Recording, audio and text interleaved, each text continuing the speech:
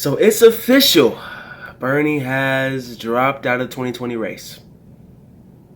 Yep, I know. I know. Y'all probably know how I feel about it. I'm a huge Bernie supporter, and for a variety of reasons. So before I get into everything that happens next for our movement, for Bernie, and just every party involved, check out some of the highlights of his official announcement, and then we'll discuss. Together, we have transformed American consciousness as to what kind of nation we can become, and have taken this country a major step forward in the never-ending struggle for economic justice, social justice, racial justice, and environmental justice. As many of you will recall, Nelson Mandela, one of the great freedom fighters in modern world history, famously said, and I quote, "It always seems impossible until it is done," end quote. And what he meant by that is that the greatest obstacle to real social change has everything to do with the power of the corporate and political establishment to limit our vision as to what is possible and what we are entitled to as human beings. If we don't believe that we are entitled to health care as a human right, we will never achieve universal health care. If we don't believe that we are entitled to decent wages and working conditions, millions of us will continue to live in poverty. If we don't believe that we are entitled to all of the education we require to fulfill our dreams, many of us will leave school saddled with huge debt or never get the education we need. If we don't believe that we are entitled to live in a world that has a clean environment and is not ravaged by climate change, we will continue to see more drought, floods, rising sea levels, and increasingly uninhabitable planet. Program. During the primary elections, exit polls showed in state after state, a strong majority of Democratic primary voters supported a single government health insurance program to replace private insurance. That was true even in states where our campaign did not prevail. And let me just say this, in terms of healthcare, this current horrific crisis that we are now in has exposed for all to see how absurd our current employer-based health insurance system is. The current economic downturn we are experiencing has not only led to a massive loss of jobs, but has also resulted in millions of Americans losing their health insurance. While Americans have been told over and over again how wonderful our employer-based private insurance system is, those claims sound very hollow today as a growing number of unemployed workers struggle with how they can afford to go to the doctor or not go bankrupt with a huge hospital bill. Which takes me to the state of our presidential campaign. I wish I could give you better news, but I think you know the truth. And that is that we are now some 300 delegates behind Vice President Biden, and the path toward victory is virtually impossible. So while we are winning the ideological battle, and while we are winning the support of so many young people and working people throughout the country, I have concluded that this battle for the Democratic nomination will not be successful. And so today, I am announcing the suspension of my campaign. Please know, let me say this very emphatically. As you all know, we have never been just a campaign. We are a grassroots, multiracial, multi-generational movement which has always believed that real change never comes from the top on down, but always from the bottom on up. We have taken on Wall Street, the insurance companies, the drug companies, the fossil fuel industry, the military-industrial complex, the prison industrial complex, and the greed of the entire corporate elite. That struggle continues. While this campaign is coming to an end, our movement is not. Dr. Martin Luther King Jr. reminded us that, quote, "The arc of the moral universe is long, but it bends toward justice," end quote. As I hope all of you know, this race has never been about me. I ran for the presidency because I believe that as a president, I could accelerate and institutionalize the progressive changes that we are all building together. And if we keep organizing and fighting, I have no doubt but that is exactly what will happen. While the path may be slower now, we will change this nation and, with like-minded friends around the globe, change the entire world, all of our people. Please stay in this fight with me. Let us go forward together. The struggle continues. Thank you all very much.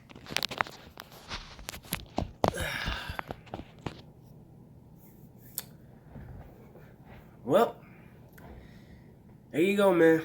The struggle continues on. It's really the theme for today, man. The struggle continues on.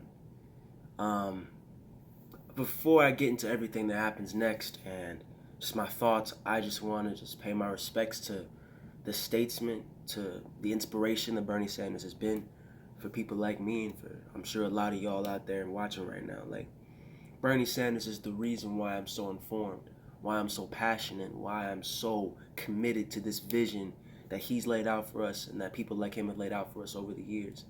Why I feel it in my heart of hearts. It's because of Bernie. It's because of the movement that he helped spark. I mean, when Bernie came in 2016, man, there was no widespread discussion about $15 minimum wage, Medicare for all, tuition-free college. As he said there was no discussion about that. It was just mainstream corporate Democrat thought that's what pushed the party forward. But Bernie said, no, I'm going to wake up the sleeping beast that is the working class, that is the marginalized people of this country. I'm going to get them out and inspired. I'm going to get them into the political process. I'm going to inspire the millions of them. And we're going to push the Democratic Party and hold their feet to the fire. That's what Bernie meant for all of us. And for a kid like me watching that happen, just as I was kind of coming into, learning about politics and everything when I was maybe like 13, 14 years old, that was huge. That was huge for me. That was inspiration about how people like me, progressive activists, people who really feel this stuff in their heart and dedicate their lives to it, this is how you're supposed to conduct yourself. Boldly and progressively, but also with the state of, just kind of class and civility.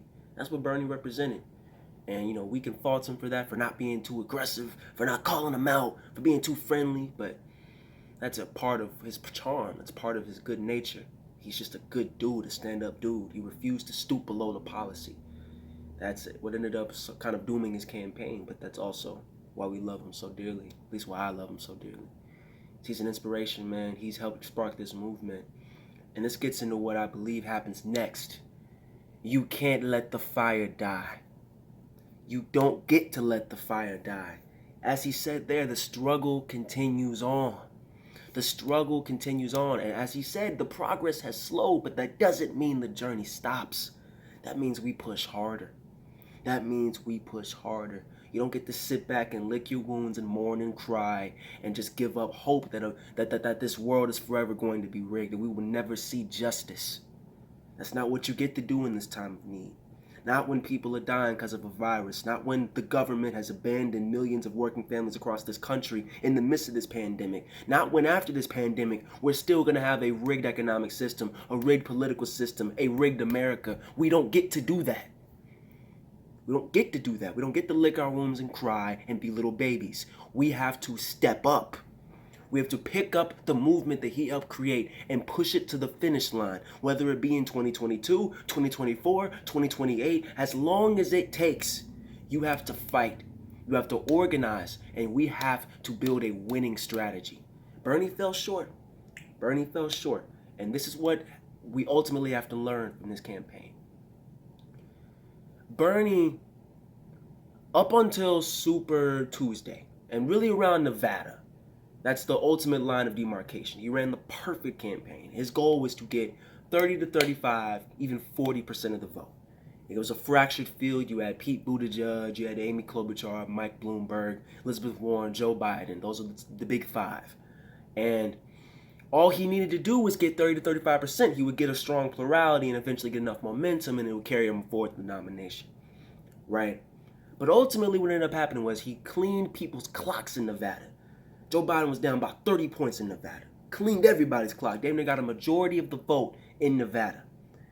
And in that week between Nevada and South Carolina, it was Bernie's job to say, here is why I'm the most electable. Here's why I am the candidate to go on and beat Donald Trump. Because I have the youth. I have energy and enthusiasm. I have a clean and strong progressive record. And my policies are overwhelmingly popular with the American people. I'm the real moderate. I'm electable. Joe Biden's Hillary 2.0. That's why you should vote for me. I can beat Donald Trump and you agree with me on the policy. But instead of doing so, instead of reframing the debate in a way that expands the tent, because you should have known at some point they were going to strike back. They were going to consolidate, and it's going to be you, mono, we, mono versus the moderate. Therefore, you have to set up the debate for such a struggle. But no, he didn't do that. His campaign didn't do that. And after Nevada, that set himself up for disaster. Because they struck back. Obama was pulling the strings behind the scenes, making calls. He got Pete to drop out and endorse. Got Amy to drop out and endorse. Got Beto to already dropped out, went ahead and endorsed. That handed him Texas. Elizabeth Warren stayed in the race. That handed him Massachusetts. Klobuchar endorsed. That handed him Minnesota. All over the country, and even in the South, it was not even close. Polls show Bernie might win North Carolina and Virginia. Wasn't even a contest. Because they struck back, and you didn't frame the debate from the jump. You didn't make the argument that you needed to make in order to expand the tent. And that's the problem. That's the problem, and that's the lesson that you have to learn as a whole progressive movement moving forward. Whoever the next candidate is, whoever their advisors are, whoever's going to be on their team, y'all have to know you cannot win a nomination in the Democratic Party if you don't expand the tent and show them you're not the big, scary socialist monsters that the media makes you out to be. You are never going to win the nomination if you don't directly combat that narrative. The media wants to call you unelectable. They want to call you radical. They want to call you crazy, fringe socialists. So your job is to say, I am the real moderate. The people stand with me on the issues. Medicare for all, they stand with me. Tuition-free college, they stand with me. Green New Deal, they stand with me. Gun reform, they stand with me. Living wage, they stand with me. Ending the wars, they stand with me. All of these policies are overwhelmingly popular. You all don't have the mandate. We do. We are the ones who can win. And if you take that message and show that it's a losing formula to just be a corporate sellout, if you make that argument convincingly and strongly and aggressively, they can't stop you, because people will be shown it's okay to vote for what you believe in, because what you believe in happens to be what the rest of the country believes in, and we can win. But they have to be shown that. You got to make that argument. You got to spoon feed it to them. That's the lesson. That's the lesson. You have to expand the tent. The 40% of the party that's diehard, like hardcore Bernie people, progressives, that we're going to be with whoever the next progressive candidate is regardless, right? We can't stand the Democratic Party establishment. We hate them. The rest of the party, just average folks in suburbia, college-educated whites, specifically women as well, large portions of those demographics, they're not with us on that. They just they're in the echo chamber, CNN, MSNBC. They hear a little something about, oh, he's not electable. Oh, he's a socialist that can't win. They're not going to do all that research. They don't have time for that crap. They hear that, they get scared out of voting for what they believe in, and you end up hearing stuff like this. Well, I support them on the policy. I support the progressives on the policy, but they're so divisive, they can't win. And they end up casting a vote for Joe Biden. And all that support is soft support. That's why they're going to go ahead and lose. I'm going to make another video today talking about why Joe Biden's going to lose. But it's not enough to win the nomination if you're a progressive, because you didn't reframe the debate. That's the lesson. And one last important lesson, beyond reframing the debate, is making sure you are organized and consolidated and you have an outside game. And that is going to have to come into play in the next 4 years. You must have an outside game.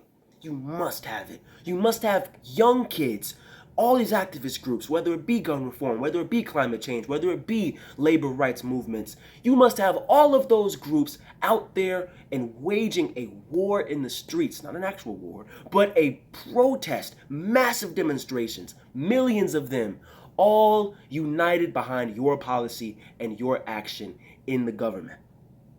That's how it has to happen. And it may not come from the top. It probably has to come from the bottom up. It's going to be on us to start and spark those movements. Get people out in the streets fighting and using their voice for change. You have to organize all of those groups. And also, politically, you have to make sure that all of the progressives in the tent are united behind you. You can't have an Elizabeth Warren siphoning off your support. That can't happen in 2024 and 2028. We need to make sure that all of the loose ends are tied up, that all of the activist groups, all the politicians, all the endorsements, many of the unions, all of them are set from the jump and ready to hop behind one candidate. Whether it's AOC, Ro Khanna from Lajaya Paul, Ilhan Omar, whoever the next progressive champion is. We have to have all that set up. You have to be organized and ready. Bernie didn't have that in 2020, and that's why he lost as well. They didn't reframe the debate, and they weren't organized. That's why they lost. And we can come up with all the ridiculous excuses we want. Oh, they rigged it. Okay, yeah, listen. They're going to rig it every single goddamn time. You can overcome it. They're going to rig it. They're going to rig it not necessarily through vote rigging, but they're going to rig it through voter suppression. They're going to rig it through backroom tactics. They're going to rig it through all of those things every single time. But if you have enough support, if you have enough of a fiery movement behind you, you can overcome all of those obstacles. But you have to have people in the streets fighting on your behalf, and you have to have people in the legislatures fighting on your behalf. You must be organized. You must be a fierce machine who is politically savvy. That is how you win. If you don't have those things working for you, it's going to be Bernie 2020 all over again, every single nomination fight and every single primary fight, every single time. In 2022, 2024, 2026, on and on and on. That's the lessons. That's what's next. You take this little hodgepodge movement of folks and you turn them into a political machine. That's how you win. That's how progressives gotta win. So, listen, man, Bernie's been huge. Bernie has done a great service for this country. He's helped spark the movement that is the voice, the champion for all of us, for the marginalized, the oppressed, the downtrodden, the apathetic, the youth, the working class, minorities. He's become our voice. So it's on us to take that forward and learn the lessons of this defeat and go on to whoop the establishment's ass in the future. But you got to learn those two lessons. Reshape the debate. If they want to call you radical, they want to call you unelectable, you can't win, all those things. You have to combat those narratives. You have to own that narrative.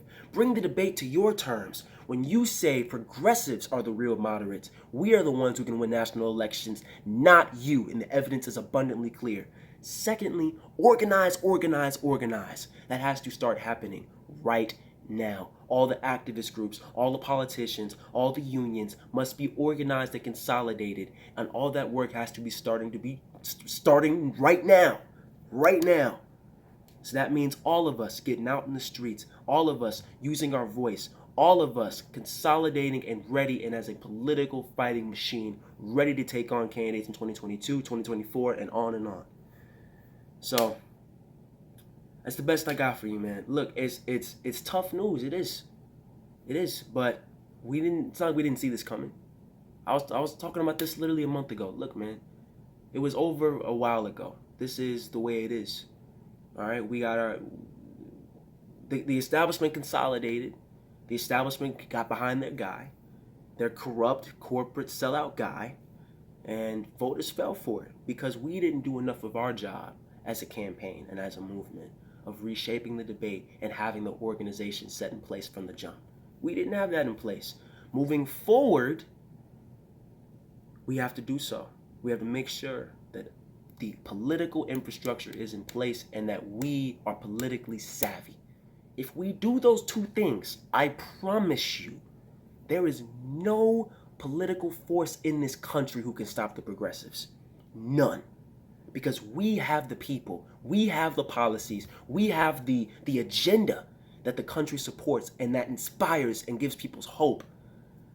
But it takes packaging it and it takes organizing it in a way that is going to win. Riding, yeah, you know we ride. just living.